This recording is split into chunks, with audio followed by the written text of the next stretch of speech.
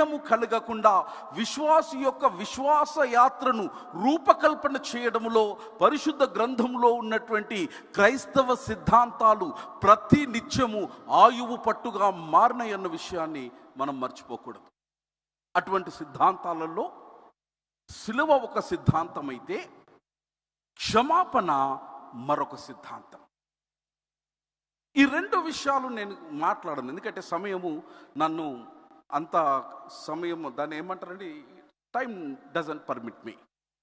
But very swiftly and quickly I invite every one of you కొంతసేపు క్షమాపణ అనేటువంటి ఈ చిన్న పదము వెనుక ఉన్నటువంటి అపారమైనటువంటి జ్ఞాన నిధిని మీతో నేను పంచుకొని ఈ స్థలము నుంచి నిష్క్రమిస్తాను.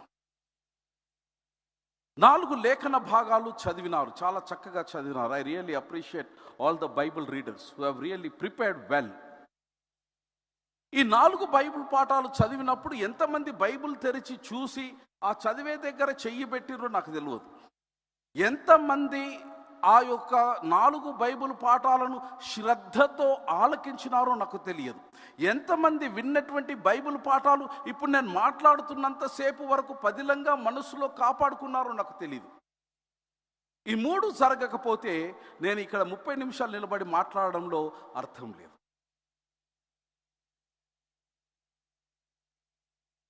మన యొక్క ఆసక్తి అక్షర అభ్యాసముతో ఆరంభం కావాలి. 4 బైబిల్ పాఠాలను క్రోడీకరించిన 4 విషయాలు అవి చాలా స్పష్టంగా మనకు బోధిస్తాయి. ఒకవైపు పాపము, మరొక వైపు పాపక్షమాపణ. ఒకవైపు సిలువ, మరొక వైపు క్షమాపణ ద్వారా మానవుడు పొందే మోక్షమును గురించి మాట్లాడతాయి. నేను 4 బైబిల్ పాఠాల మీద నా యొక్క దృష్టిని కేంద్రీకరించను. వీటన్నిటికీ మూలమైనటువంటి బైబిల్ పాఠం సువార్తల పాఠంలో నుంచి నేను మీ దృష్టిని కేంద్రీకరించవలసిందిగా మిమ్మల్ని నేను ఆహ్వానిస్తూ ఉన్నాను.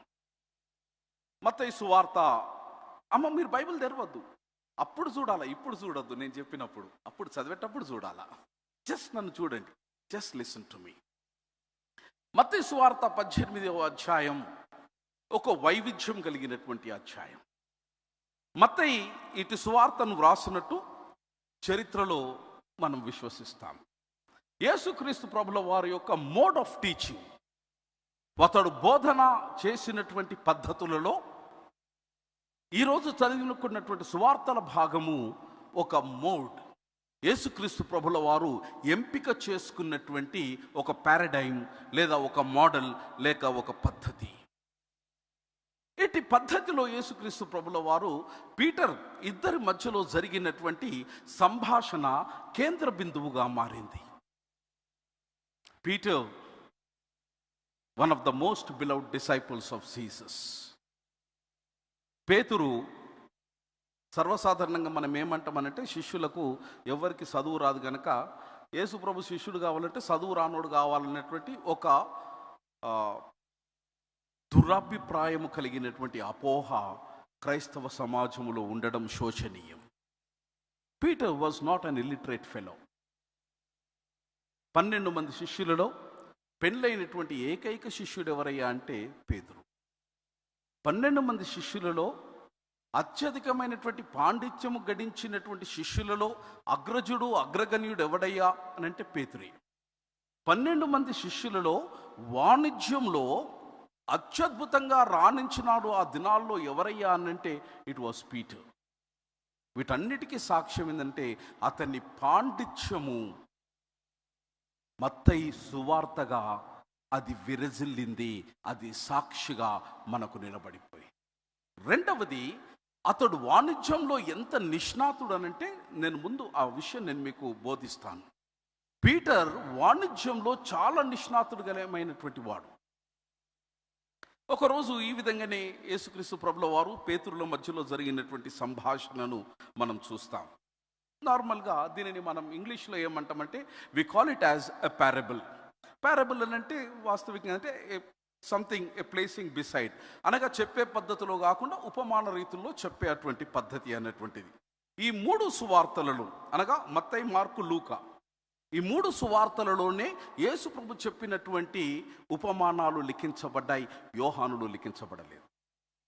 మత్తయి, మార్కు, లూకా, 3 సువార్తలలో రమారమిగా యేసు ప్రభుల వారు ఉపమానాల ద్వారా బోధించినటువంటి ఉపమానాల సంఖ్య 30. When it comes to the gospel according to Saint John, it was a figures of speech. John was very crystal clear in using the figurative speech of Jesus' teachings. My dear friends, Peter Yesu ప్రభు దగ్గరికి వచ్చేసింది. మరి మనసులో ఎక్కడ బాధ కలిగిందో నాకు తెలియదు. లేదా పీటర్ ఏమనుకున్నాడనంటే తక్కిన 11 మందిలోకెల్లా నేను జర ప్రవీణుని, ప్రత్యేకమైనటువంటి వాణి అని తన్ను తాను యేసు ప్రభు దగ్గర ప్రజెంట్ చేసుకోవాలనుకున్నాడు. పేతురు అంతరంగం మనకెవరికి తెలియదు. కానీ మొత్తానికి వారి గురువు చెంతకు వచ్చేసి, అయ్యా మరి నేను జర ఆయాసంగా ఉన్నట్టు అనిపిస్తుంది, ఒక మనిషిని ఎన్నిసార్లు క్షమించాలి? Then we know the answer. Jesus said, it is 777 times. My dear friends, పరిశుద్ధ గ్రంథంలో the number 7 is a special sacred number. 7 అనేటువంటి సంఖ్య శాస్త్రము పరిశుద్ధ గ్రంథంలో చాలా ప్రత్యేకమైనటువంటిది, పవిత్రమైనటువంటి సంఖ్యగా ఆదికాండం నుంచి ప్రకటన గ్రంథం వరకు భావించబడినటువంటి శాస్త్రం అది. హీబ్రూ కల్చర్లో ఈ 7 అనేటువంటి సంఖ్యను దాదాపుగా ఈ 66 పుస్తకాలలో 600 సార్లు ఉటంకించబడడం 7 అనేటువంటి సంఖ్యకున్నటువంటి ప్రావీణ్యత మనకు చెప్పకనే చెబుతుంది. 7వ దినమున Jehovah he has taken rest, ఆయన సెలవు తీసుకున్నాడు లేదా విశ్రాంతి తీసుకున్నాడు, which we call it as Sabbath. ఈ సబాత్ అనేటువంటి పదం హీబ్రూ పదమైనటువంటి షాభా అనేటువంటి పదములో నుంచి సబాత్, షేభా అనే పదం ప్రాణం పోసుకుంది. ఈ షాభా అనగా టు టేక్ ఎన్ ఓత్, ఒకరితో మనము నిబంధన చేయడం. ఈ షాభా అనేటువంటి పదము నుంచే 7 అనేటువంటి పదం కూడా ప్రాణం పోసుకోవడం గమనార్హం. ఈ ఉపమానమంతట్లో అనేకమైన క్యారెక్టర్స్ వీ కెన్ సీ. ఒకవైపు రాజు కనబడతాడు, ఇంకోవైపు దాసుడు కనబడతాడు, ఒకవైపు ధనం కనబడుతుంది, మరొక వైపు ఇద్దరి మధ్యలో జరిగిన సంవాదం కనబడుతుంది, సంభాషణ కనబడుతుంది. చివరకు దాని పరిస్థితుల యొక్క పరిణామాల ఫలితాలు కూడా ఈ సంభాషణ సంఘటనలో మనం చూడగలుగుతాం. పీటర్ అడిగినటువంటి ప్రశ్నకు పేతురు బహుశా నిష్ణాతుడైనటువంటి యూదా సమాజానికి చెందినటువంటి వాడు.